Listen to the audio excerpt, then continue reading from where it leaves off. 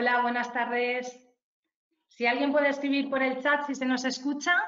Hola, veo por ahí muchos saludos ya desde Guatemala. Ah, genial. Gracias, Sergio. Perfecto, te leo. Muy bien.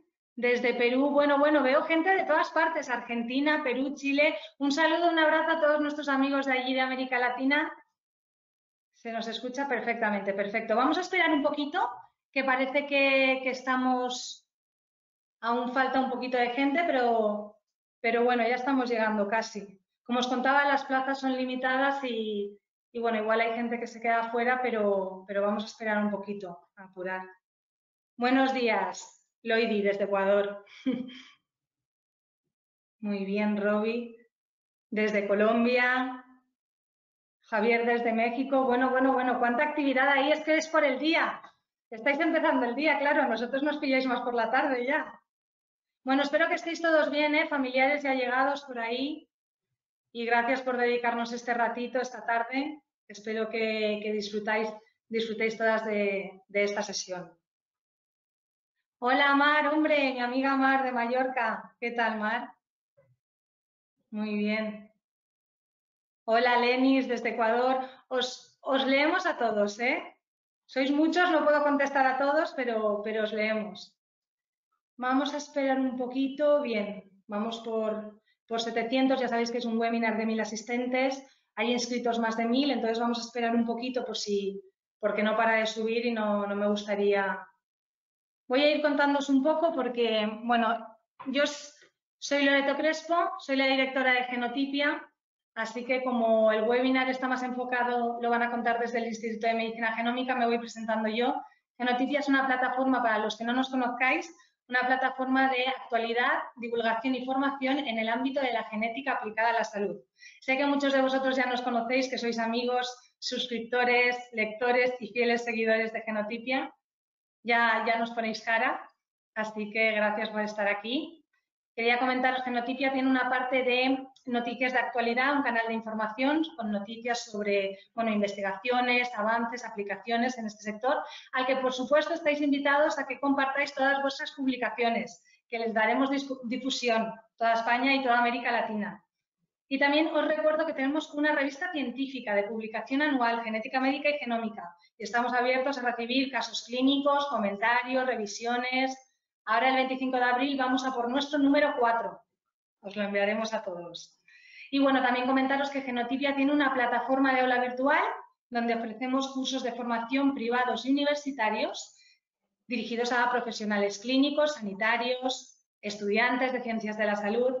Y bueno, alguno de nuestros cursos también está dirigido a cualquier persona interesada en la genética, eso sí, con conocimientos mínimos en biología molecular o genética humana. Hola, María Luisa, te leemos. Buen plan para pasar el Jueves Santo. Claro que sí, Pedro Daniel, esa es la actitud. Sí, feliz Semana Santa a todos, que empiezan ahora las fiestas. Hola, María Elena. Bueno, a ver por dónde vamos. Vamos a esperar un poquito. También podéis ver a Ángela Pérez, CEO del Instituto de Medicina Genómica, y a Greta Carmona, la ponente de esta tarde, que nos va a hablar hoy en el webinar. Hombre, Miriam, hola, qué hola más efusivo, en mayúsculas, me gusta. Qué bien. Bueno, gracias a todos de corazón por estar aquí, que sabemos que es una hora tarde, una hora difícil. Algunos están medio en la siesta, otros están... Pero bueno, estamos todos en casa, estamos acompañados, así que vamos a intentar amenizaros un poco esta tarde, este ratito. Como sabéis, podéis ir escribiendo, ya lo estáis viendo, todas las preguntas. El webinar lo va a hacer la doctora Greta Carmona de seguido. Al finalizar su charla, procederemos a ir contestando todas las preguntas que voy a ir ordenando. Hola, Nancy. Sí, te leemos. Gracias por darnos la oportunidad de asistir. Hombre, no, gracias a vosotros por estar aquí, por supuesto.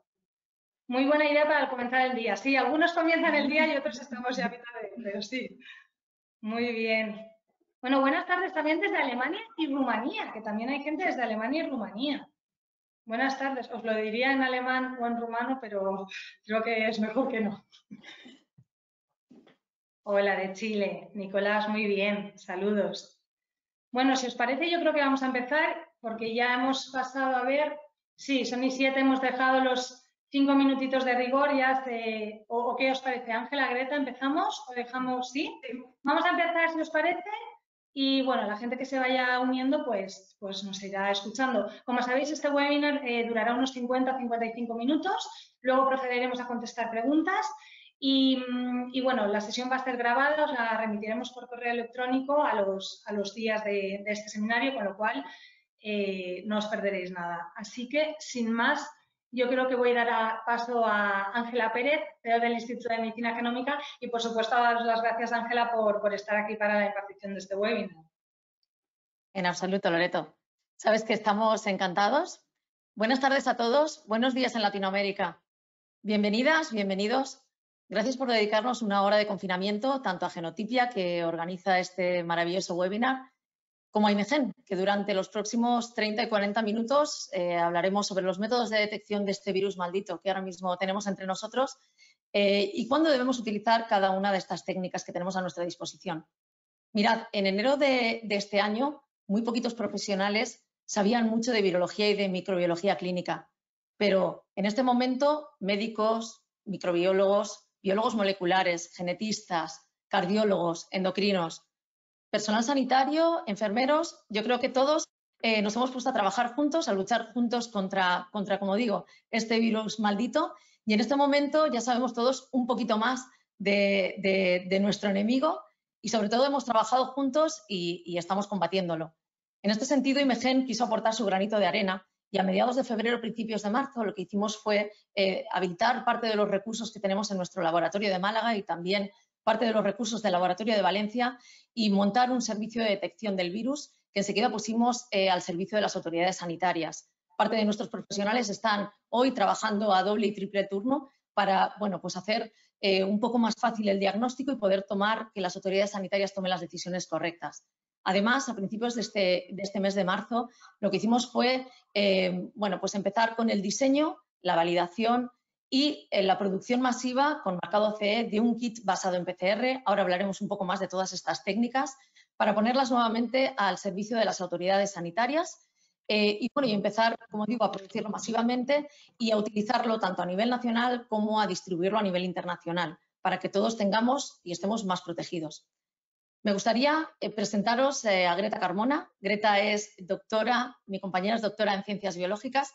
Ella es la directora de I+D y Desarrollo de Producto y ha estado en primera línea, ha estado al cargo tanto del desarrollo y de los servicios de análisis, tanto en Málaga como en Valencia, como en el diseño y, en este caso, el diseño de la producción también de forma masiva de este kit. Me consta que, Greta lleva muchos años trabajando en IMEGEN y me consta que ha puesto todo su cariño en esta presentación y confiamos que os parezca interesante y sobre todo que os sea de utilidad. Muchas gracias a todos.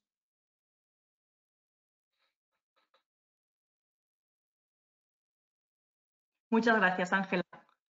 Vale, pues vamos a comenzar.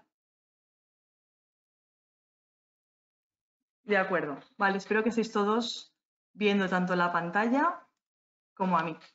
Gracias a todos y buenas tardes, buenos días. Hemos preparado esta presentación, como dice Ángela, es verdad que en los últimos 3 meses, ya seamos científicos o no, todos nos hemos hecho un poquito especialistas en COVID-19 y todos sabemos un poquito sobre las técnicas de detección, los síntomas, nos habríamos incluso autodiagnosticar, ¿no?, si tuviésemos una posible infección. Pero una de las cuestiones que se ha hablado mucho en los últimos meses es qué técnica diagnóstica utilizar, en qué momento y hasta qué punto. Fue este martes pasado cuando el Ministerio de Sanidad incluso habló de la posibilidad de hacer test masivos en la población para entender un poco mejor cómo estaba funcionando esta pandemia. Entonces, hoy la idea es un poco presentar las diferentes estrategias y daros un poco una idea de en qué momento sería mejor utilizar una u otra. Y bueno, espero que por lo menos aprendáis un poquito más de lo que ya hemos aprendido en las noticias todos los días y los tweets y los periódicos. Así que vamos allá. Bueno, actualmente yo creo que esta es una imagen que estamos todos viendo en nuestras ciudades, en nuestros pueblos, ciudades desérticas con las personas actualmente confinadas en casa, con la excepción de unos pocos que tienen que suplir las necesidades primarias. Y la estrategia un poco está basada en el hecho de que es la manera más óptima actualmente que tenemos de asegurarnos que las personas que estén infectadas no sean capaces de transferir esa enfermedad a personas de riesgo o personas que no hayan pasado la enfermedad todavía. Lo que nos está recomendando el Ministerio, así como la Organización Mundial de la Salud, es continuamente que hagamos test y test y test. Y es que esta información no va a ser solo información útil a la hora de detectar un posible positivo en COVID-19, sino mucha más información relativa al desarrollo de la epidemia, a cómo actuar tanto ahora como más adelante cuando decidamos que el confinamiento no va a ser una estrategia que vamos a mantener a largo plazo. En ese momento tendremos que saber qué personas están inmunizadas en la población y qué personas no lo están. Y asimismo tendremos que ser capaces de discriminar cuáles son sintomáticas y cuáles no. Y la realidad es que llevamos 3 meses con esta enfermedad, pero sabemos cada vez que hay muchas más personas asintomáticas en la población. Esto quiere decir que son personas que no sufren ningún tipo de síntoma, no sufren tos, no tienen fiebre, sin embargo sí que están padeciendo la infección. Entre ellos muchos son niños también.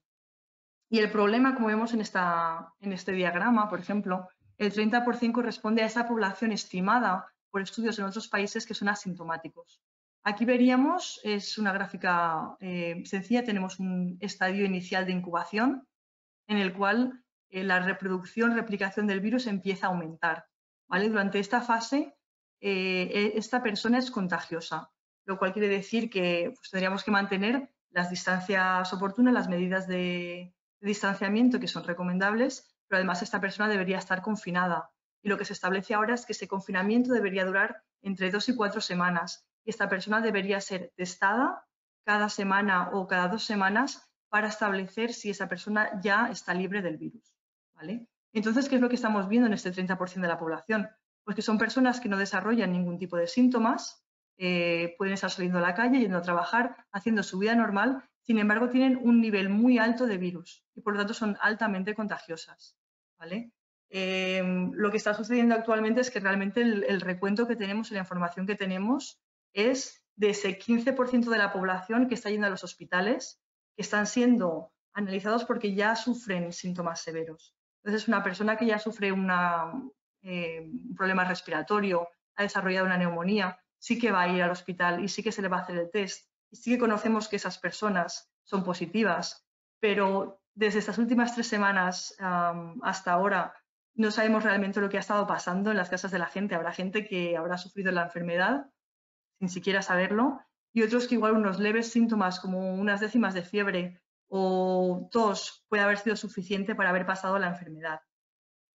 Con lo cual es muy importante que tengamos esta información, porque a la hora de hacer el diagnóstico, de tomar decisiones en cómo gestionar puestos de trabajo, por ejemplo, en la sanidad, o de qué manera vamos a retomar la vida normal, cuando ya decidamos que el confinamiento no es una decisión permanente. Vamos a tener que empezar a activar. Las personas que están activas en el país van a tener que volver a trabajar y van a tener que hacerlo de manera segura, tanto las personas que hayan pasado la enfermedad como las que no. Vamos a tener que tomar medidas que aseguren la seguridad sanitaria para todos nosotros. Y para ello tenemos que conocer cómo está nuestra población, qué está pasando en cada uno de nuestros países, ¿no?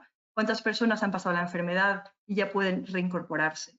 Entonces, por ejemplo, si vemos el 55% de la población, sería algo equivalente, tenemos una fase incluso más larga de contagio y luego disminuye. Y los test genéticos, los test de diagnóstico, perdón, van a estar distribuidos en 2 fases. Unos que son los que vamos a considerar directos y es porque están dirigidos a detectar la presencia del virus, ¿vale? Entonces serían los que detectan la fase de viremia, la fase en la que el virus se está replicando. Y los test indirectos, que son los que van a detectar que ha habido un contagio, la persona ha pasado la infección y ahora ya está, ya es inmune a esta infección porque ha producido anticuerpos específicos contra la enfermedad. Entonces, teniendo en cuenta las 2 fases, la fase de viremia y la fase inmune, trataremos de analizar un poco los diferentes test diagnósticos que tenemos disponibles. Entonces, ¿cuáles serían la finalidad de hacer estos test? En principio, y lo que hemos estado haciendo hasta ahora, es simplemente diagnosticar qué persona es positiva para el virus. En el momento en el que se sabe que el diagnóstico es positivo, esa persona va a entrar en aislamiento. aislamiento hasta que su organismo esté libre del virus, ¿vale? Esto es algo que hemos estado haciendo hasta ahora y todos lo entendemos. Sin embargo, hay una parte que no se ha estado haciendo tanto y que sí es muy informativa, es detectar la presencia de anticuerpos. Cualquiera de nosotros, frente a una infección microbiana o una infección de un virus, nuestro sistema inmune actúa para luchar contra él, ¿vale? Y una parte de esta lucha del sistema inmune consiste en sintetizar anticuerpos específicos que van a atacar a ese virus. Entonces, haciendo este tipo de ensayos es la manera en la que vamos a poder ver qué parte de la población real ya ha superado la enfermedad y es resistente, ¿vale? De manera que podría salir a la calle, volver a su puesto de trabajo sin ningún riesgo a volver a contraer la enfermedad. Porque lo que sí que se sabe es que uno de los anticuerpos que estamos produciendo tiene una duración y se establece que de manera similar a cómo funciona en el virus SARS, que ya experimentamos en 2003, y en el MERS se espera que la resistencia dure entre 2 y 3 años. Entonces, esto nos permitiría pues, la reincorporación de la población inmunizada y la planificación de la plantilla. Y un poco la idea de los test diagnósticos, la información que nos aportaría, sería clasificar a la población principalmente en 3 grupos. En primer lugar, detectar los pacientes que están infectados con un test directo de presencia de virus. Podemos identificar si ese paciente está en un estadio de infección y puede transmitir la infección a otro. En el caso de que así fuese, esa persona tendría que aislarse hasta que superase la enfermedad y pasase al grupo de apto o inmunizado.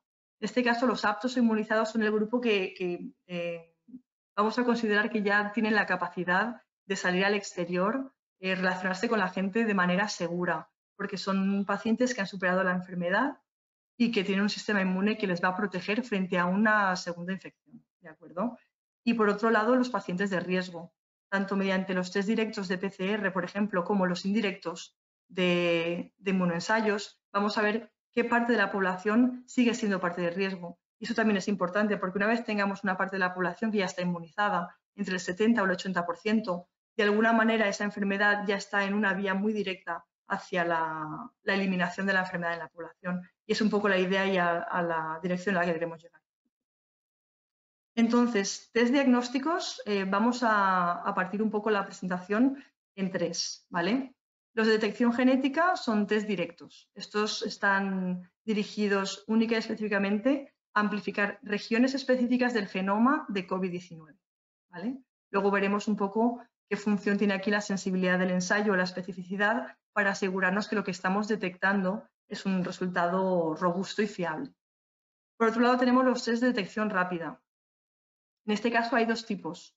Tenemos test directos en los que podemos detectar el antígeno del virus, con lo cual nos permitiría saber si esa persona está actualmente en una fase aguda de la infección, pero al mismo tiempo podemos detectar los anticuerpos, ¿vale? Aquí vemos inmunoglobulina M y G. Son las que responden de primera mano a infecciones microbianas y víricas. La M sería la que primero aparece y la G es la que ya nos protege de por vida. Entonces, estas 2 estrategias las podemos analizar mediante detección rápida. Son test como los típicos test de embarazo y tienes el resultado en 15 o 30 minutos aproximadamente. Sin embargo, no son demasiado sensibles. Una alternativa a estos test de detección rápida es la detección de anticuerpos contra SARS-CoV-2. En este caso, utilizamos estrategias similares a la detección rápida. También utilizamos ensayos de anticuerpos, pero estos vienen en placa y lo que nos va a permitir es detectar tanto antígenos si nos interesase en la fase primaria de la infección como anticuerpos. Antes de empezar un poco a hablar sobre las características de cada técnica, creo que es bastante importante hablar de la toma de muestra, porque al final, cómo tomemos la muestra, de qué región tomemos la muestra y cómo incluso se extraiga la muestra, va a determinar la sensibilidad del ensayo y va a determinar si vamos a producir un resultado positivo verdadero o un resultado positivo falso, ¿vale? Entonces, para los ensayos de inmunidad, las muestras se toman siempre en sangre.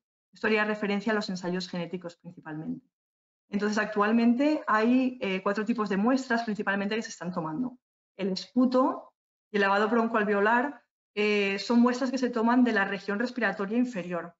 suelen ser las muestras que más resultados positivos dan, porque suele ser en esa región en la que los pacientes suelen desarrollar más carga viral.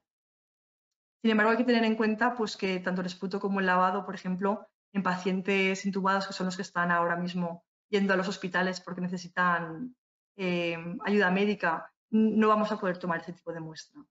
¿De acuerdo? Al mismo tiempo, para tipos de infecciones en los que afectan al sistema respiratorio del tracto inferior, como neumonías víricas, no se suele generar demasiado esputo, con lo cual hay que tener un poco en cuenta que en muchos casos quizá no vayamos a ser capaces siquiera de obtener una buena muestra ni de esputo ni de lavado. De ser posible, simplemente tener en cuenta pues, que es una de las muestras que más sensibilidad tienen.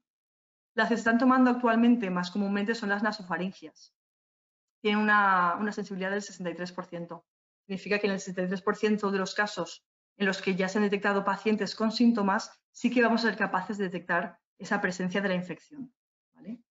Y tanto las orofaringias como las nasofaringias vienen en hisopos, que es el tubito con el hisopo que vemos a la derecha, y es muy importante tener conocimiento de qué medio de transporte es el que se está utilizando en esos hisopos. Hay diferentes tipos de medios, los hay que preservan el virus activo y los hay que lo inactivan. De cualquier manera, yo simplemente recomiendo que si podéis conocer esa información, es altamente útil porque siempre la recomendación va a ser que en el momento en el que llegue la muestra al laboratorio, ya sea un hospital o un laboratorio privado, tratéis de inactivar la muestra. ¿Vale? Si no os ha llegado inactiva, hay protocolos online que podéis revisar mediante incubaciones, por ejemplo, a 65 grados durante 30 minutos y protocolos similares que van a disminuir muchísimo la carga viral y, por tanto, el riesgo al que pone a la gente que va a estar trabajando con las muestras. En cuanto al transporte de la muestra, aquí el Ministerio de Sanidad establece que si el transporte va a ser dentro del hospital, se debe utilizar un sistema de doble bolsa, pero si el transporte va a ser fuera del centro médico, necesitamos un sistema de transporte triple. ¿Vale? En el caso de que el hospital, por ejemplo, vaya a ser el responsable de tomar la muestra y la vaya a externalizar a un laboratorio, siempre recordad que necesitamos un transporte de sistema triple por seguridad. ¿Vale? Sería un poco pues, un ejemplo la imagen que vemos al pie de la diapositiva. Tenemos nuestro hisopo, lo metemos en un Falcon, una bolsita, una caja, cualquier sistema que funcione, pero que asegure que los cierres son herméticos y que la seguridad es máxima en el transporte de la muestra. Entonces vamos a empezar ahora un poco con la parte de la detección genética. Tengo que decir que bueno, somos una empresa dedicada al diagnóstico genético y esta parte pues, es un poco en la que tenemos más experiencia en el desarrollo. De hecho, como ha comentado Ángela, nos hemos especializado y llevamos un par de meses trabajando en la detección mediante PCR. Entonces, esta técnica lo que nos permite, frente a cualquier otra en cuanto a sensibilidad, es detectar un positivo, un paciente infectado, incluso dos días antes de la presentación de síntomas. ¿Vale? Esto es altamente útil también para pacientes que sean asintomáticos. Una prueba relativamente sencilla de tomar sería un diagnóstico rápido para establecer qué posibles personas pues, en un ambiente sanitario, por ejemplo, pueden estar infectadas. Es un diagnóstico temprano, es lo que hemos comentado, pues que te permite detectar toda esa fase infectiva o fase aguda de la infección desde 2 días antes. Posee una alta sensibilidad y especificidad. Sin embargo, aquí cabe mencionar, que ya veremos un poco más adelante, que esta sensibilidad y especificidad, por una parte diagnóstica, puede llegar hasta los 30 días, en muchos casos, especialmente en los casos que tienen síntomas muy leves, la fase infecciosa todavía se alarga más en el tiempo, con lo cual hay que tener en cuenta que personas que quizá hayan tenido síntomas muy leves pueden todavía ser infecciosas muchos días después de haber pasado esos síntomas. Y por otra parte, la sensibilidad y especificidad analítica van a depender ampliamente del diseño que se haya hecho para ese sistema de detección de PCR. Requiere un equipo y personal especializado. Tenemos ensayos tanto de PCR convencional como tiempo real. Ahora mismo disponibles o diseñados hay varios, incluso la OMS ha publicado algún método oficial y van a requerir siempre tanto equipos especializados como personal especializado para la puesta a punto del sistema como para la interpretación. Y son relativamente rápidos. Son tan rápidos como los test rápidos, pero el ensayo de PCR tarda aproximadamente 1 hora. Entonces, los pasos iniciales, bueno, una vez nos llega la muestra, en primer lugar, asegurarnos que la muestra está inactiva una vez llegue a manos de las personas responsables de trabajar con esa muestra directamente. Hay diferentes tipos de extracción. En este caso no podemos trabajar con la muestra directamente y hay que extraer el ARN. Entonces hay diferentes métodos. Hay métodos de extracción manual, pues con solventes orgánicos como fenoles, por ejemplo, trizol, un producto comercial, y sería un poco el protocolo que vemos arriba a la derecha. Mediante los solventes vamos a acabar con un pellet de ARN y de ahí ya procederíamos a la realización del ensayo.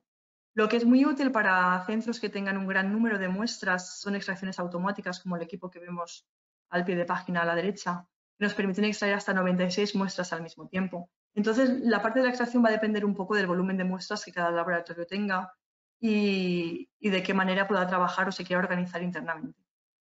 Y cuando entramos ya a la parte de la detección, tenemos dos procesos principales. La retrotranscripción del ARN, que es la fase en la que transformamos el ARN en ADN complementario. Y ese ADN complementario es el que va a entrar en la reacción de amplificación genética. ¿Vale? Entonces, muy brevemente, simplemente por encima, mencionar un poco en qué funciona o en qué consiste cada una de ellas. La retrotranscripción del ADN es un paso, normalmente es una incubación de 15-20 minutos, en el cual vamos a tener nuestra hebra de ARN, es una cadena única, y con oligos específicos o generales, por ejemplo, podrían ser oligos de T, vamos a sintetizar la hebra de ADN complementario, como vemos en la imagen de ADN polimerización. Y vamos a terminar, aquí tenemos la enzima, la retrotranscriptasa, que es la que está llevando a cabo la retrotranscripción del ADN. Y vamos a acabar con una molécula que va a tener una hebra de ARN con hebras de ADN complementario, ¿vale? Y ese ADN complementario va a ser el que vamos a utilizar como plantilla para multiplicarla en millones y millones de copias. Y esa es la función que tiene la PCR, ¿vale? La PCR viene de Polymerase Chain Reaction. La polimerasa es la enzima que lleva a cabo esta función y es una reacción en cadena. Son ciclos consecutivos en los que alteramos la temperatura de la incubación y lo que vamos a hacer es partiremos de una copia o X copias y vamos a llegar a un punto en el que obtendremos millones de copias que son mucho más fácilmente detectables. ¿Vale? Entonces, bueno, partiendo un poco para que veáis a qué nos referimos cuando queremos detectar el ARN vírico. Aquí he puesto únicamente un fragmento del genoma completo que se describió en enero. Ese es el primer genoma que se secuencia de manera completa en Wuhan el 7 de enero y esa secuencia se hace pública. Son 23.000 pares de bases. Es un tamaño despreciable si lo comparamos con el tamaño del genoma humano, por ejemplo. Y en lo que nos vamos a basar para hacer el diseño va a ser en esas secuencias de, eso es una secuencia de ADN, tenemos nuestros nucleótidos, y vamos a tener que hacer diseños específicos para amplificar y poder detectar ciertas regiones en ciertos genes de interés. ¿Vale? Si vemos un poco la estructura del virus, este es el COVID-19, es muy similar en estructura al SARS, por ejemplo, y es muy similar también al MERS, pero lo que es más interesante es el hecho de que la similitud es muchísimo mayor a otros virus que se han aislado de pangolines, por ejemplo, y murciélagos, lo cual muestra su mayor cercanía evolutiva. Tenemos diferentes proteínas, como podemos ver en el diagrama. Entonces, tenemos el ARN súper enrollado dentro de la envoltura del virus y lo tenemos plegado con proteínas que son las proteínas de la nucleocápsida, ¿vale? Esos son los genes principales que la OMS recomienda en el estudio genético. Tanto la glicoproteína de la espiga, por ejemplo, que la tenemos aquí, está formada por 3 subunidades, es la encargada de hacer la conexión con las células humanas para penetrar en las células, ¿vale? La glicoproteína de la espiga es una de las glicoproteínas que se utilizan principalmente en los ensayos de inmunodetección, por ejemplo, porque va a ser con las moléculas con las que primero entre en contacto nuestro sistema inmune. Entonces tenemos fosfoproteína de la nucleocápsida, por ejemplo, tenemos glicoproteínas de membrana, de la envuelta, y una membrana lipídica. Esto es una membrana, los lípidos son grasas, por eso es tan importante lavarlos la mano, ¿no? Cualquier jabón que utilicemos siempre va a desintegrar esa grasa y así nos deshacemos del virus. Entonces, por ver un poco la evolución a nivel genético, ¿vale? Esta es una imagen extraída de la base de datos, una base de datos que se llama GSED. Se desarrolló hace 3 o 4 años en Alemania y lo que hace es, incluye toda la información relativa a todos los virus de la influenza que hay descritos a día de hoy. Toda esta información está pública y se puede acceder a ella de manera libre. En este caso tenemos la primera aparición de COVID-19 en Wuhan. Y vemos cómo se va dispersando a lo largo de Europa, llega a Australia. En morado tenemos la primera cepa o el primer genoma que se detecta y cómo este se dispersa. Pasando a esta otra diapositiva, ya vemos que el virus está prácticamente en todo el planeta y cada uno de los colores que detectamos en la imagen corresponde a un genoma, una cepa diferente del virus. Esto quiere decir que este virus, desde el mes de enero, que ha sido cuando se detectó el primer genoma, ha mutado y ha variado genéticamente muchísimo. Esta información es muy útil porque nos permite tanto desarrollar sistemas de detección genética versátiles que nos permitan detectar una cepa independientemente de dónde provenga esa muestra, como a la hora, por ejemplo, del desarrollo de vacunas, etcétera. Nos va a dar información de cómo puede variar a lo largo del tiempo. Entonces, con esta información es con la que se hacen los desarrollos de PCR, ¿vale? Aquí lo tenemos representado de otra manera. Esto es un árbol filogenético. Cada uno de los puntos que tenemos corresponde a un genoma que se ha secuenciado de manera completa, ¿vale? A fecha del 6 de abril tenía la base de datos descritas 2.898 genomas completos, ¿vale? Como podéis ver, cada una de las ramas que tenemos en este árbol corresponden a una cepa diferente, lo que significa que representa ciertas variaciones o polimorfismos, mutaciones genéticas que la diferencian de una a otra. Y esto nos está dando información de cómo de variable, cómo de diverso es este virus. Si vemos una región concreta del genoma, aquí lo que tenemos es una representación en escala de diferentes genes del COVID-19, el gen ORF1A, por ejemplo, son genes que codifican enzimas que van a desarrollar funciones importantes para el virus. Aquí tenemos, por ejemplo, la región del gen de la espiga y otros genes. Este material genético, en esta longitud, aquí tenemos el número de nucleótidos que tiene, el tamaño, nos muestra en diversidad todas las regiones con todas las mutaciones que se han encontrado en esa región, ¿vale? Lo que esto nos permite es, cuando queremos hacer un diseño y queremos asegurarnos de que ese diseño sea altamente sensible y capaz de detectar cualquier variación genética que se haya descrito a día de hoy, tenemos que fijarnos muy detenidamente en qué regiones queremos buscar. Y la intención es siempre desarrollar nuestros sistemas en regiones que estén todavía conservadas, es decir, que no muestren ningún tipo de variación. Porque si la diseñamos una región que ha sido modificada a lo largo del tiempo, incluso si son 3 meses el tiempo que conocemos el genoma del COVID-19, va a llegar un momento en el que probablemente perdamos sensibilidad y haya ciertas cepas de ciertas regiones que ya no seamos capaces de detectar. Para hablar un poco de los kits de detección genética, pues ya puestos mencionamos el que hemos desarrollado aquí en IMGEN. Tiene 4 dianas, 3 de ellas son genes específicos, ¿vale?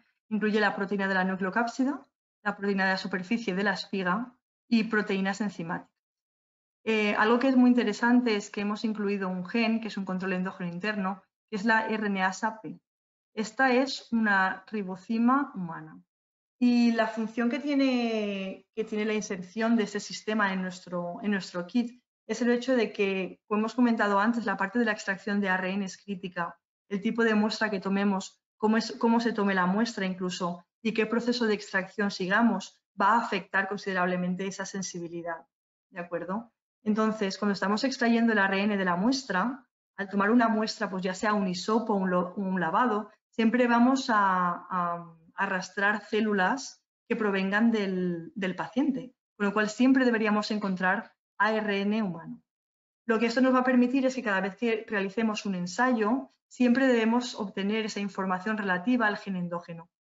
Entonces, siempre que detectemos este gen endógeno, vamos a saber que nuestra muestra se ha tomado bien, tenía suficiente ARN y el ARN en la muestra es de calidad óptima. Al mismo tiempo, nos permitirá saber que el proceso de retrotranscripción y el ensayo de PCR ha funcionado apropiadamente. ¿Vale? Incluimos 3 dianas. La recomendación aquí en el Ministerio es principalmente el hacer un ensayo de genotipo, un ensayo de screening inicial con una diana y una confirmación por una segunda. Sin embargo, es recomendable, a ser posible, incluir una tercera diana, especialmente por lo que hemos comentado. Sabemos que este virus está continuamente mutando y el tener una tercera diana siempre nos va a dar un sistema mucho más robusto que nos permite asegurarnos que cada vez que detectemos una muestra es realmente un verdadero positivo. Nunca querríamos dar como negativa una muestra que pueda ser positiva, ya que eso volvería a poner en riesgo otra vez a la población en caso de que, digamos, estamos hablando de un momento en el que ya se ha abierto el confinamiento y ya estamos todos en la calle. Asimismo, el kit pues, incluye la enzima, ¿vale?, para la retrotranscripción y para la PCR.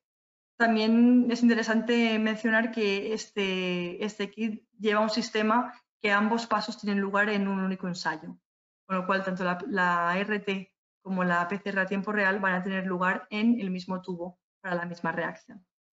Y incluimos un control positivo, ¿vale?, por calidad. Como ha comentado antes Ángela, el kit va marcado TIVD y bueno, pues en Imagen tenemos unos controles de calidad internos tanto para el diseño como la fabricación y validación de los sistemas que permiten pues, darnos una fiabilidad y una robustez en los ensayos que sacamos al mercado. En cuanto a la sensibilidad diagnóstica, aquí he puesto un par de imágenes de nuestros resultados.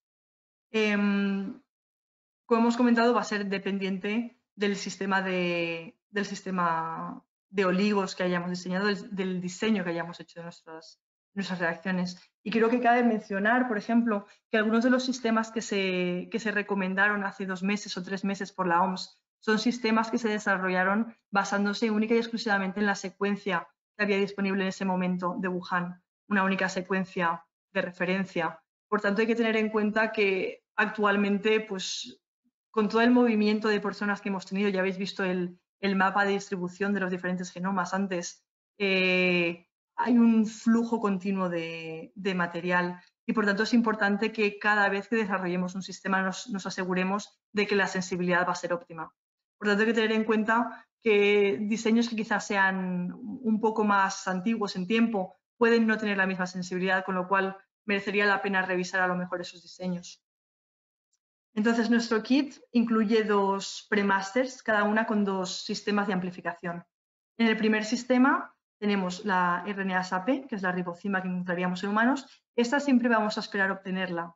Esto es lo que nos va a indicar que el ensayo ha funcionado correctamente, que la muestra era óptima.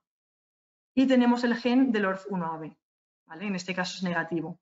He puesto un ejemplo en el cual únicamente 2 sistemas han sido detectados.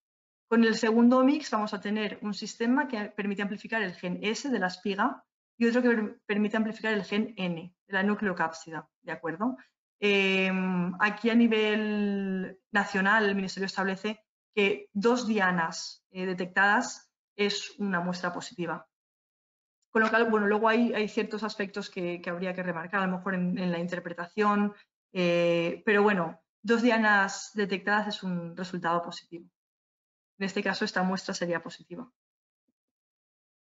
En cuanto a la especificidad diagnóstica, pues también merece la pena que mencionemos que no hay acceso a muestras de SARS y de MERS, con lo cual todos los ensayos que estamos realizando, tanto los sistemas de la OMS como los sistemas oficiales, nos estamos basando en información de las bases de datos, información genética. Y hay que asegurarse que la especificidad diagnóstica no va a amplificar, en el caso de haberlo, cualquier otro virus, ya sea un virus similar como el SARS o cualquier otro virus que haya presente en ese momento o que ese paciente pueda estar sufriendo.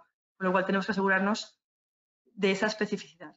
En este caso, lo que hemos hecho es una captura de pantalla de los sistemas que hemos diseñado, donde podemos ver en primer lugar un 100% de cobertura idéntica a la secuencia que he analizado yo y una identidad del 100%. Este corresponde al SARS-CoV-2. ¿Vale? Esta es la región que hemos utilizado como referencia. Y luego lo que nos indica el ensayo es que solo hemos detectado similitud con otras regiones detectadas en murciélagos y en pangolín, ¿de acuerdo? En ningún momento estaríamos amplificando de manera inespecífica un genoma de otro virus que no sea el COVID-19.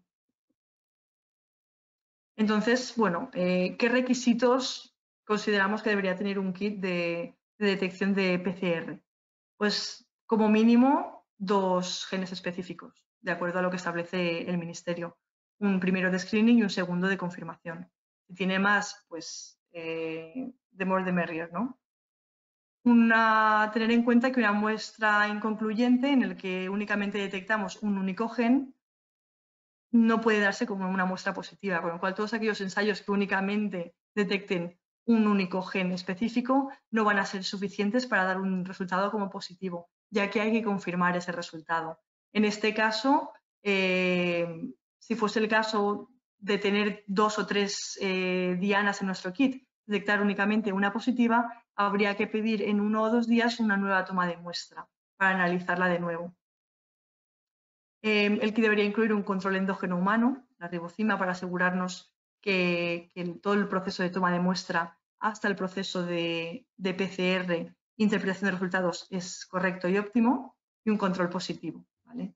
Y bueno, algo que se está hablando mucho últimamente también es el tema de las validaciones. Hay que revisar muy de cerca cada ensayo, cada kit que se adquiera, ya sea para PCR como para inmunoensayos, ya que ha habido mucha producción hecha muy rápidamente. Ya sabéis el problema que hemos tenido con los kits que se adquirieron y no tenían la accesibilidad que se especificaba, y asegurarse de la fiabilidad del ensayo. Y al mismo tiempo siempre es recomendable hacer una pequeña validación in situ con el personal de laboratorio, con los equipos, etc.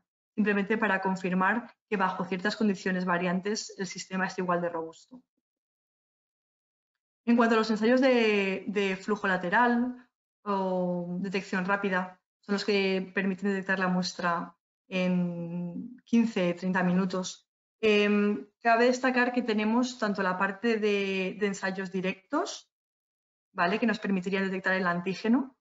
El antígeno sería una proteína que está presente, por ejemplo, en la cubierta del virus, como la proteína de la espiga que hemos mencionado antes. Eso sería un antígeno. Y eso provocaría una respuesta inmune en nuestro sistema, como los test de anticuerpos, ¿vale?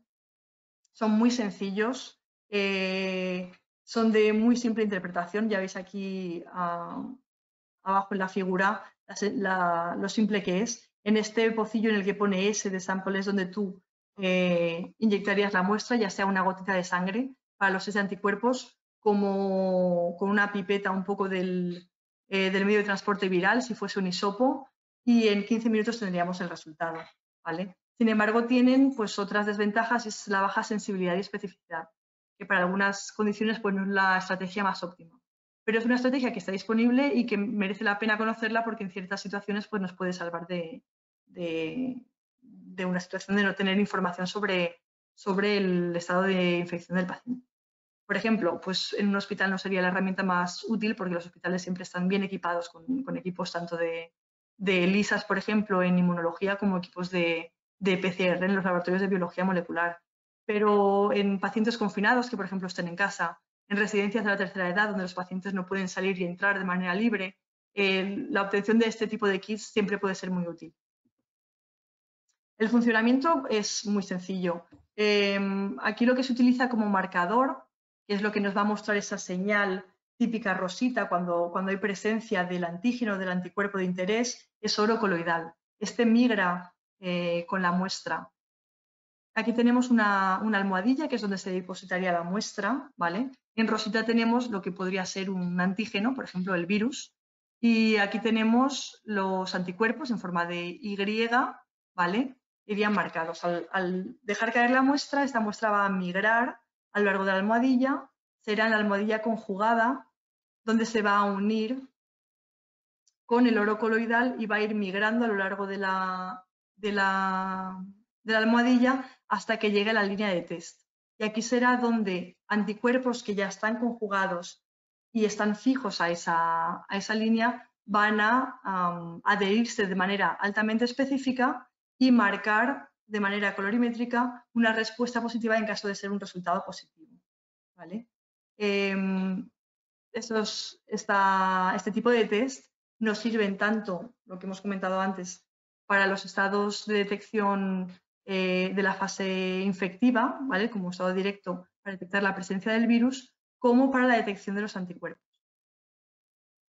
¿Qué cabe mencionar? Pues que, por ejemplo, la Sociedad Española de Enfermedades Infecciosas y Microbiología ya recomendó que idealmente para la detección de antígenos o de la detección del virus, la PCR era óptima. Sin embargo, en situaciones en las que no hay acceso a la PCR, situaciones de necesidad rápida en casos de confinamiento, por ejemplo, sí que considera que esta herramienta es una herramienta útil, pero hay que tener en cuenta que la sensibilidad por el antígeno es inferior a la sensibilidad que tendríamos mediante PCR.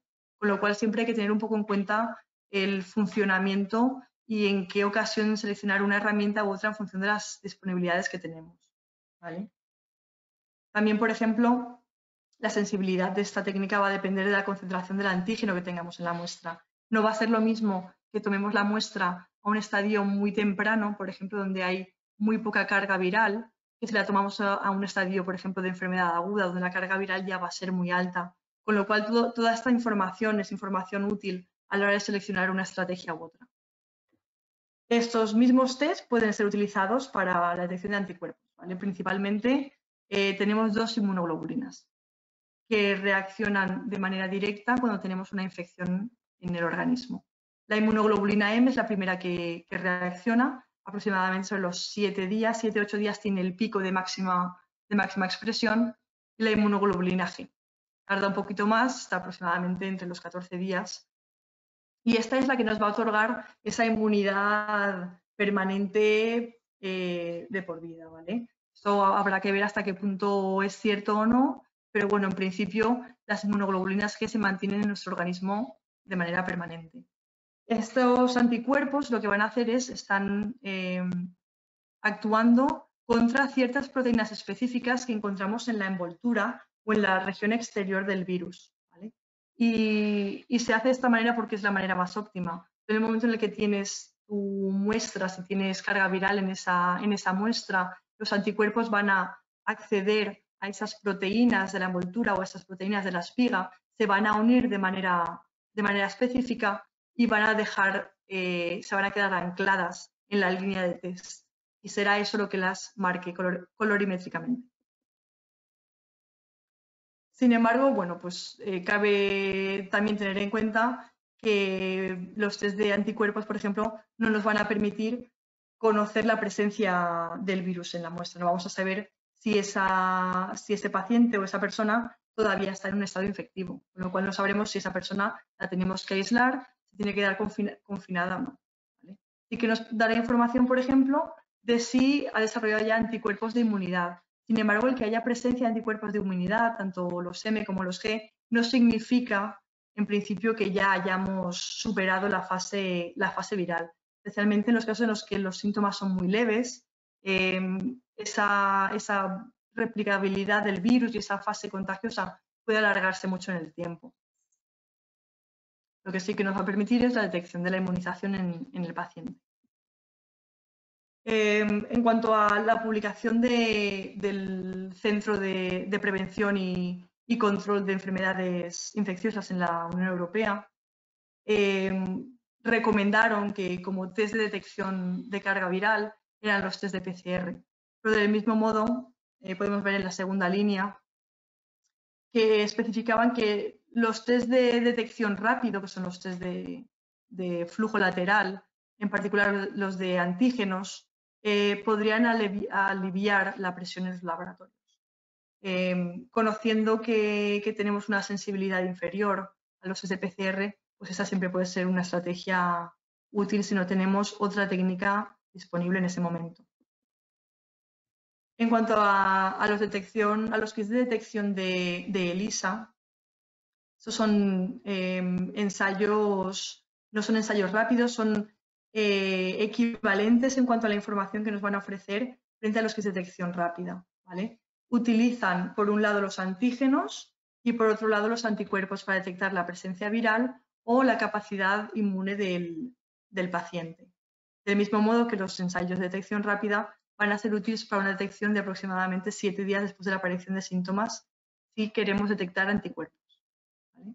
Lo que nos va a permitir es una detección automatizada. En este caso, pues son equipos especializados que están pues, en laboratorios, hospitales, por ejemplo, y podemos cargar de 96 a 384 muestras, lo cual es para un volumen de muestras muy alto.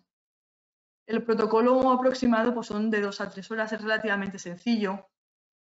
En la microplaca se pone pues, la muestra de sangre, se hacen varios lavados, se van añadiendo anticuerpos específicos hasta que se incluye un último anticuerpo que va marcado con una enzima, ¿vale?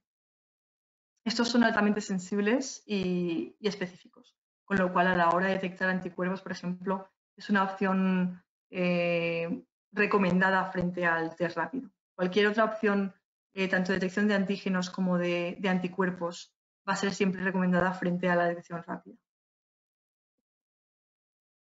En este caso detectamos tanto la inmunoglobulina M como la G. Y hay algunos kits que incluyen también la inmunoglobulina A, ¿vale? No hay demasiada información actualmente sobre la inmunoglobulina A en respuesta al COVID-19, pero algunos kits sí que la incluyen porque esta inmunoglobulina está presente en secreciones mucosas, como pues, todo el sistema digestivo, por ejemplo, los pulmones, con lo cual se considera que puede ser muy útil en el caso de que se empiece a sintetizar de manera temprana.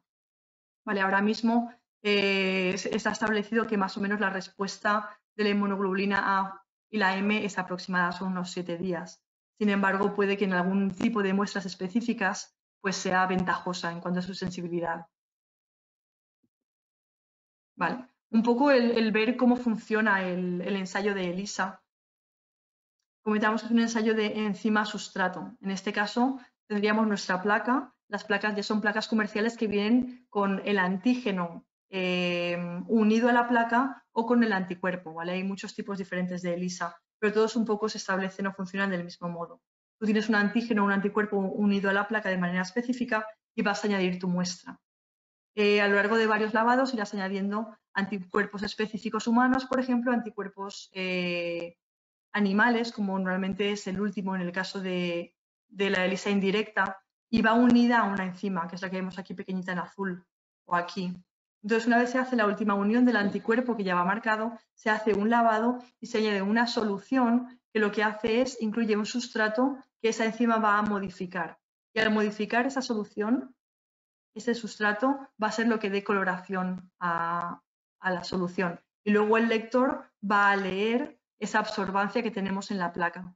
Lo interesante del ELISA es que también nos permite cuantificar la cantidad tanto de anticuerpos como de antígeno que tenemos en la muestra.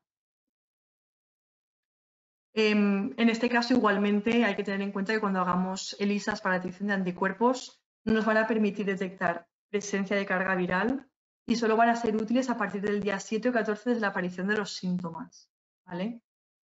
Por otro lado, los ensayos de antígenos sí que permitirían una detección temprana. Pero también cabe destacar que, en principio, la sensibilidad no se ha comparado con la de la PCR, con lo cual no sabemos si será tan sensible o menos que los ensayos de detección de PCR. Viendo un poco en general la información que nos aportan los métodos diagnósticos y cómo podríamos utilizarlos, pues aquí vemos, por ejemplo, tenemos día 0 desde la infección y tenemos en azul la curva de aparición o replicación del virus, ¿vale? En el momento de la infección, la cantidad del virus es muy pequeña, el virus empieza a replicarse y aumenta, ¿vale? Esta es la ventana de tiempo, desde el día 0 en este caso hasta el 21, en la que podemos realizar tests que nos permitan detectar la presencia de ARN en el paciente, ¿vale? Tanto de ARN en el paciente como del antígeno. Por otro lado, vemos, por ejemplo, que la dinámica de la síntesis, de la aparición de la inmunoglobulina M aparece a partir del día 7 aproximado, no es tan alta como la que detectamos con el ARN vírico y desaparece aproximadamente un poco después de que se deje de detectar la presencia de ARN vírico. ¿Vale? Y es la inmunoglobulina G la que aparece mucho más tarde, pero la que se va a mantener en el tiempo. Entonces, en función de en qué fase se encuentre el paciente, va a ser más óptimo el desarrollar un tipo de ensayo u otro. ¿Vale? El problema, aquí volvemos otra vez a la situación que hemos comentado antes, en la que sabemos que una parte muy importante de la población es asintomática, con lo cual no nos va a aportar ninguna información respecto a en qué fase de esa posible infección ese paciente está y no vamos a saber qué va a ser lo más óptimo. Por este motivo, pues una de las cosas que se están mencionando cada vez más y yo creo que al final va a ser la solución óptima es el siempre desarrollar en paralelo un ensayo de detección de PCR para el virus al mismo tiempo que realizamos el ensayo de detección de anticuerpos. Eso sí que nos va a dar una foto completa de lo que está sucediendo en este paciente. Aquí tenemos un poco una tabla, resumen, de qué resultados podríamos obtener si hubiésemos llegado a realizar los dos ensayos de manera simultánea. ¿Vale? Pues tendríamos un paciente de riesgo, en este caso, por ejemplo, porque tenemos una PCR negativa y negativa para los anticuerpos, lo cual significa que este paciente nunca ha estado en contacto con el COVID-19. Esos 4 casos siguientes en los que tenemos presencia de virus en la muestra, hemos detectado ARN del virus, pues son fases que se encuentran en diferentes estados de la evolución de la infección. Pero lo que es importante es que nos va a permitir asignar a ese paciente un protocolo de aislamiento. ¿Vale? Siempre en el momento en el que detectemos ARN en la muestra, ese paciente se va a aislar. ¿Vale? La información que nos va a ofrecer la presencia de inmunoglobulinas va a ser información adicional de en qué fase está. Y eso nos podrá facilitar a los sanitarios un poco el establecer de qué manera van a querer actuar en función de qué síntomas esté desarrollando. Porque si ya está desarrollando anticuerpos, significa que ese paciente ya está respondiendo de manera eficiente a la enfermedad. Luego, por ejemplo, en el momento en el que únicamente detectemos inmunoglobulina G, vamos a saber que ese paciente está libre de virus, ya ha pasado la fase infectiva y es un paciente resistente, ya está inmunizado contra la enfermedad. Este sería un caso, por ejemplo, de pacientes que ya puedan reincorporarse a una plantilla de trabajo y ya puedan salir sin ningún riesgo a contraer la enfermedad de nuevo. El flujo que mostramos en esta diapositiva es una manera a lo mejor más gráfica para a lo mejor el personal sanitario de saber de qué manera puede actuar en función de los resultados que obtenga con sus ensayos. Aquí hemos puesto la estrategia que sería recomendable para obtener la mayor información posible de una muestra tomada. ¿Vale? Es un frotis nasofaringeo que es más sencillo a lo mejor que un lavado o que un esputo y una toma de sangre. Siempre que tengamos PCR positiva, como hemos comentado, ya sea el ELISA negativa, anticuerpos negativo, va a ser un paciente que es capaz de transmitir la enfermedad a otras personas y por tanto va a ser confinado. ¿Vale? Lo que se establece son un par de semanas de confinamiento y luego se le va a tener que repetir la PCR para establecer si esa persona ya ha dejado de producir el virus y ya puede salir de ese confinamiento. Por otro lado, en la cuarta opción tenemos PCR negativa y ELISA negativa. Esos son pues, los pacientes de riesgo. Así éramos todos hace 3 meses. ¿Vale? Y así pues, seguiremos siendo muchos de nosotros actualmente. Y PCR negativa y ELISA positiva. En principio eso nos indicaría que este paciente ya ha superado la enfermedad. Sin embargo, aquí hemos incluido información teniendo en cuenta que haya podido ser o se haya podido tomar una muestra insuficiente, por ejemplo, y hubiésemos tenido un falso negativo en la PCR. Pero en el caso de la inmunoglobulina G, por ejemplo, tenemos una curación si es positiva y si es negativa con síntomas previos, pues será una curación reciente, pero si es sin síntomas previos, aquí sí que se recomienda hacer una PCR en 1 o 2 días. Y ahí es donde veremos si este paciente pues, ha sido asintomático, si no, y si la PCR negativa inicial realmente era negativa o no. Y un poco pues, las conclusiones del trabajo que hemos estado haciendo, las conclusiones pues, de lo que hemos ido viendo en cuanto al diagnóstico. La verdad es que llevamos pues, más de 2 meses pensando en eso, trabajando en sacar tanto un sistema de detección como servicio para la sanidad pública, como un sistema de kit que pueda venderse como tal y pueda ser utilizado en instalaciones externas. Y lo que hemos experimentado es que hay una rotura de stock bastante importante en los reactivos de extracción.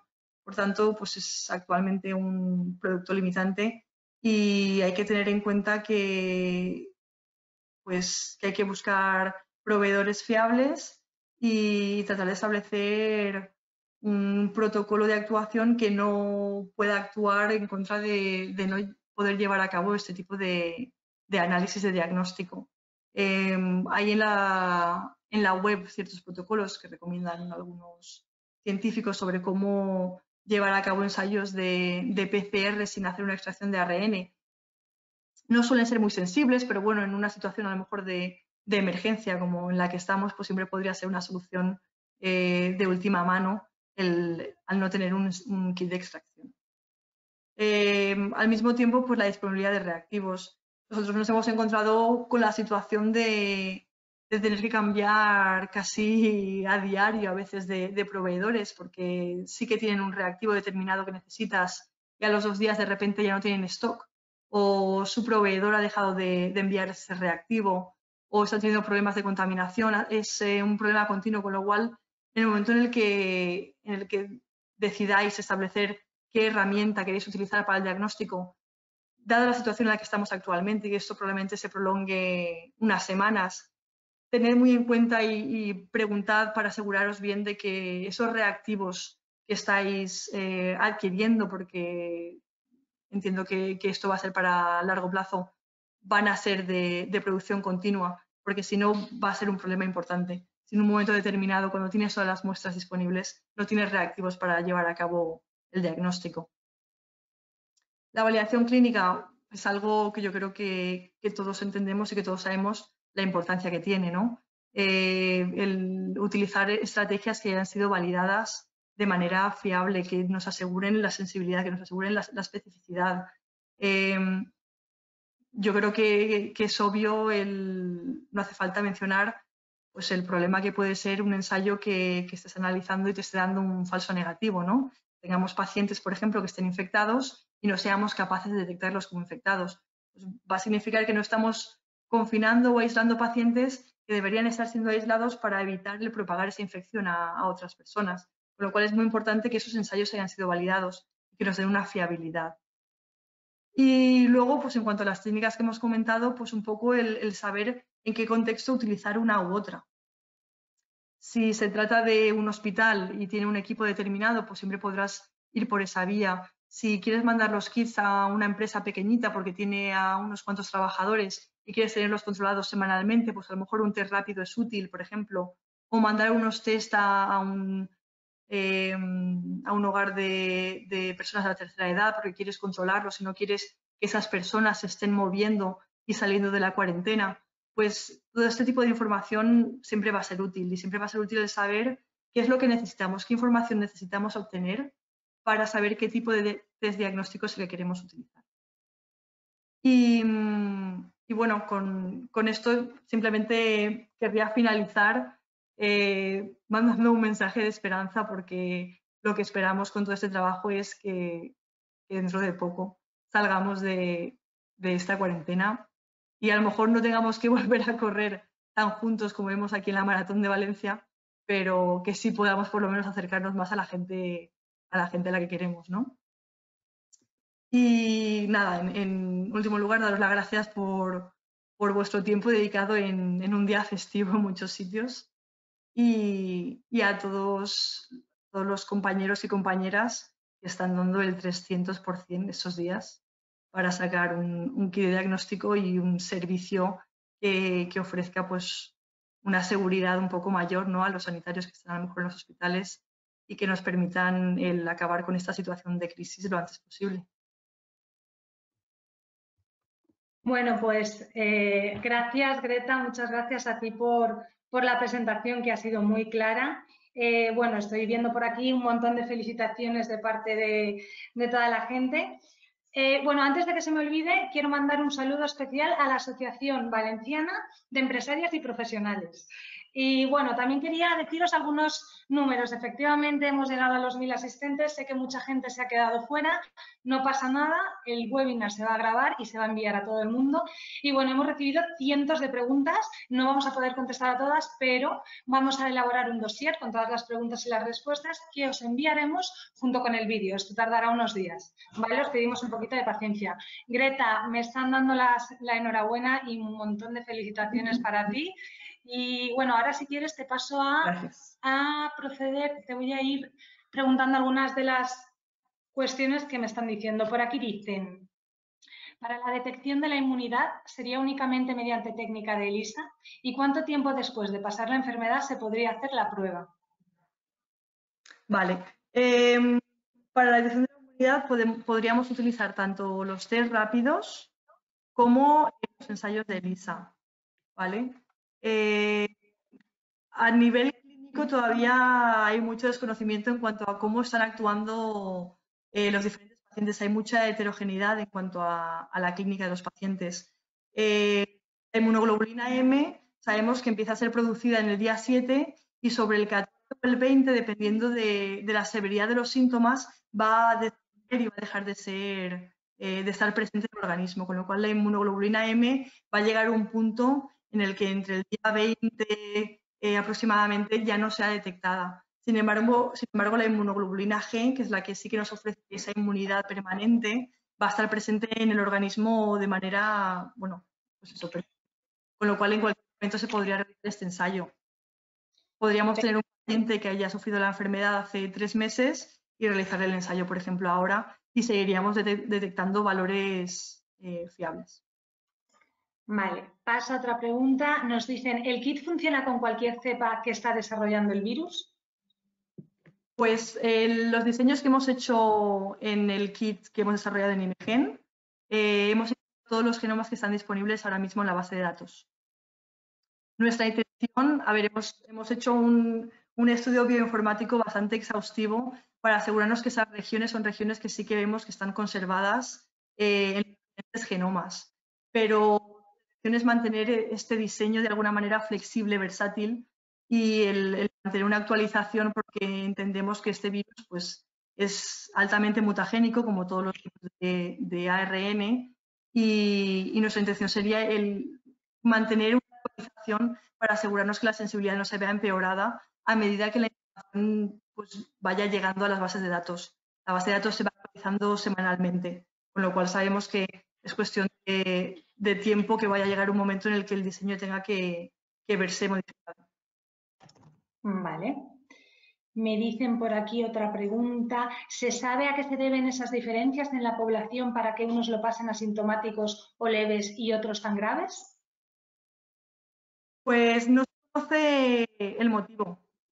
Ha habido situaciones, se han visto patrones a lo largo de la infección en los que pues, ciertas poblaciones a lo mejor están respondiendo de una manera diferente. Se sabe, por ejemplo, que en el este de Europa la sintomatología es mucho más leve. Se conoce que estos patrones están presentes en problemas víricos. Y es la susceptibilidad diferencial que se llama, que la respuesta de un paciente y otro no sea la misma. Estas, sin haber sido demostradas todavía, parece que sí tienen un componente genético. Entonces, yo creo que a medida que vayamos aumentando el conocimiento con la enfermedad y se vayan secuenciando material genético gracias a la secuenciación masiva de estos pacientes que han pasado esas enfermedades, sí que podamos ver o determinar que estas diferencias de respuesta en diferentes pacientes estén asociadas a diferencias genéticas. De hecho, por ejemplo, es interesante que hay un par de estudios que han salido recientemente en Nueva York que muestran que familias que están sufriendo la enfermedad, familias de origen italiano, están sufriendo sintomatología muchísimo más severa que el resto de pacientes de la región. Vamos, que sí que parece que en algunas regiones hay una diferencia. Y claramente una diferencia entre el paciente que no muestra sintomatología y el que sí. Vale, otra pregunta por aquí. Nos dicen, bueno, primero de todo, muchas gracias por el webinar, a vosotros por estar ahí.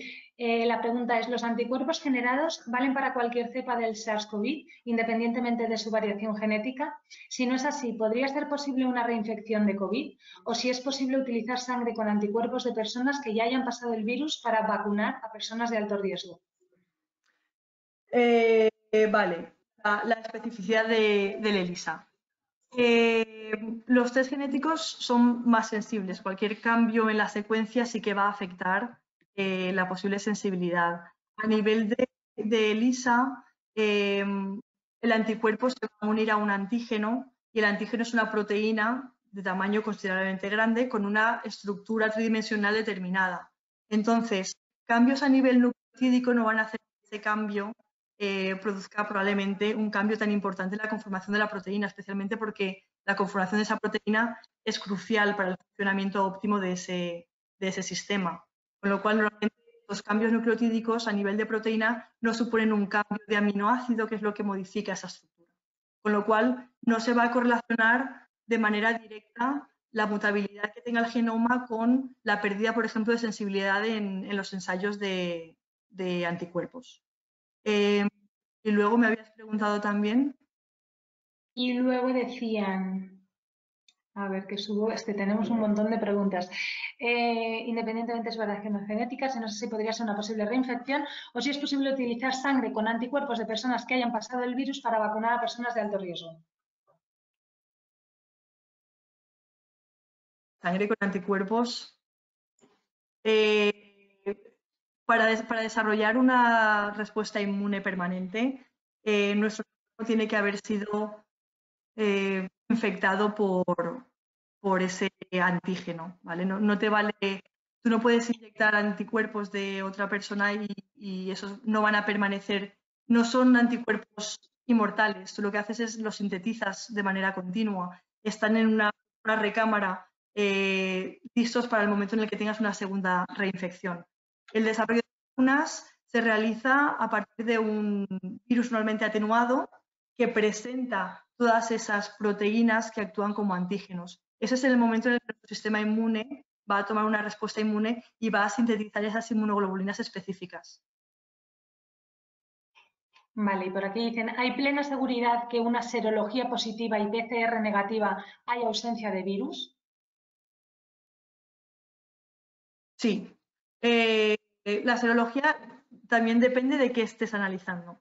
Si estás analizando la inmunoglobulina M, vamos a partir de la G. Si estás analizando la inmunoglobulina G, sí que puede ser que la PCR negativa sea negativa y la ELISA para la G sea positiva. Eso nos va a indicar que esta persona pues, ha sufrido una infección en el pasado, no sabemos hace cuánto tiempo, y ahora mismo está inmunizada.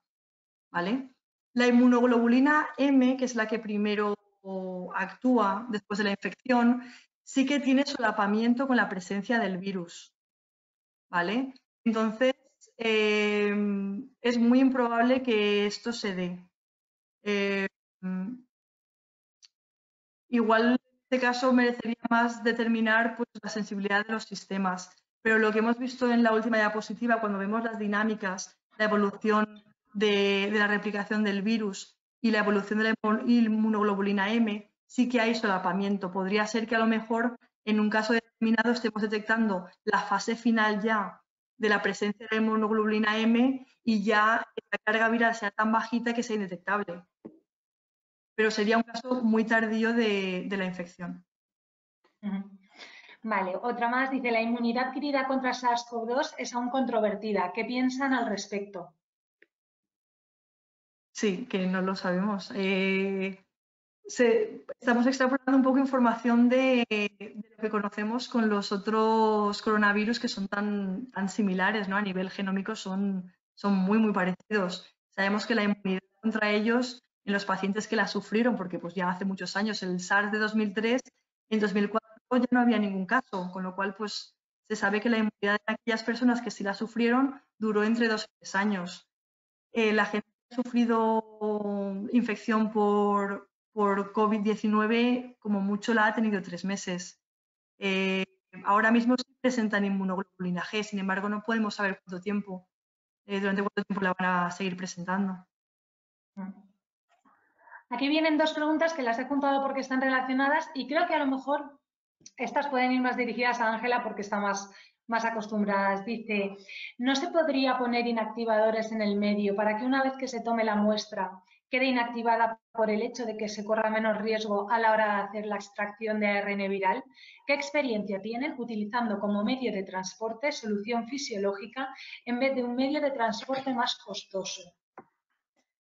A ver si Bueno, Ángela... el método de transporte seleccionado y el recomendado absolutamente es un medio de transporte que inactiva el virus. Lo tomamos, lo metemos en el medio viral que inactiva el virus y lo enviamos. Esto funcionó muy bien durante unas cuantas semanas. Lo que ocurre es que en el mercado se acabó completamente la solución de inactivación y entonces, como está ocurriéndonos, de forma global a todo el mundo, a todas las empresas que nos dedicamos a esto, centros de investigación, autoridades sanitarias, lo que hemos hecho es tirar de ingenio y seguir o buscar soluciones bueno, pues que solventaran de alguna manera la escasez de reactivos. Y en este caso, os tengo que decir que un medio fisiológico, un suero salino, funciona bien. Os puedo decir que dentro de las 24 horas, desde que se toma la muestra, se empaqueta y se envía al laboratorio. Nosotros estamos permanentemente trabajando con muestras enviadas con este medio. Sencillamente no es porque esté recomendado, sino porque es el que mismo hay en el mercado y al que podemos tener acceso. Vale, muy bien, gracias. Ángela, yo creo que vamos a ir beta con la última y ya está, porque hay un montón. Si te parece, te digo una más y así ya. En la última revisión del Ministerio de Sanidad del 4 de abril comentaban que los asintomáticos tienen menor carga vírica y por tanto son menos contagiosos, basándose en un estudio. Me gustaría que me lo aclararas, gracias. Pues yo creo que hay publicaciones que puedan ser a lo mejor que se contradigan. Actualmente no hay un estudio en España de casos asintomáticos importantes. Se han estado haciendo ensayos a personas que no mostraban síntomas. Aquí lo que hemos estado haciendo es cuando la persona tiene ya acaso un panel sintomático severo, acude al hospital y se le hace el test. Con lo cual, creo que la información, igual que estamos extrapolando, que estamos extrayendo de casos asintomáticos, puede provenir de poblaciones diferentes, a lo mejor de grupos muestrales diferentes y puede variar, puede haber mucha heterogeneidad. Entonces, habría que obtener un ensayo en el que un gran número de muestras sintomáticas se haya analizado en un periodo continuo para realmente saber exactamente cómo se comportan. Pero ahora mismo, pues la heterogeneidad de los ensayos que tenemos y de la información que hay no es suficiente para establecer un punto de fijo y saber que a partir del día 20, por ejemplo, ya no son infecciosos. Esa información no la tenemos todavía. Con lo cual, hasta que hagan los ensayos, hagamos el diagnóstico y sepamos realmente en qué momento una persona asintomática es PCR negativa y a salir a relacionarse con la gente, esa persona debería estar confinada. Muchas gracias, Reta. Pues me sabe mal porque la verdad es que estáis aguantando súper bien, que seguimos con 800 asistentes. Tenemos un montón más de preguntas, pero bueno, creemos que habéis aguantado suficiente. Así que nada, una vez más, felicitarte, Greta, por la charla. Ángela, a ti también por hacer posible este webinar. Os recuerdo que os va a llegar una encuestita. 3 preguntas muy sencillas para ver si os ha gustado. Esto nos ayuda a mejorar y a poder hacer más webinars, ya que nos hemos lanzado con el primero, quién sabe.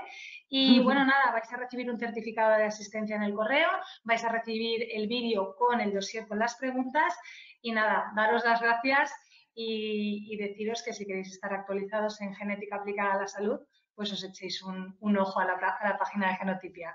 De nuevo, gracias a las dos y nos vemos en otros webinars. Que tengáis feliz Semana Santa a todos. Un saludo. Igualmente. Gracias. Un beso a todos. Cuidaos. Chao.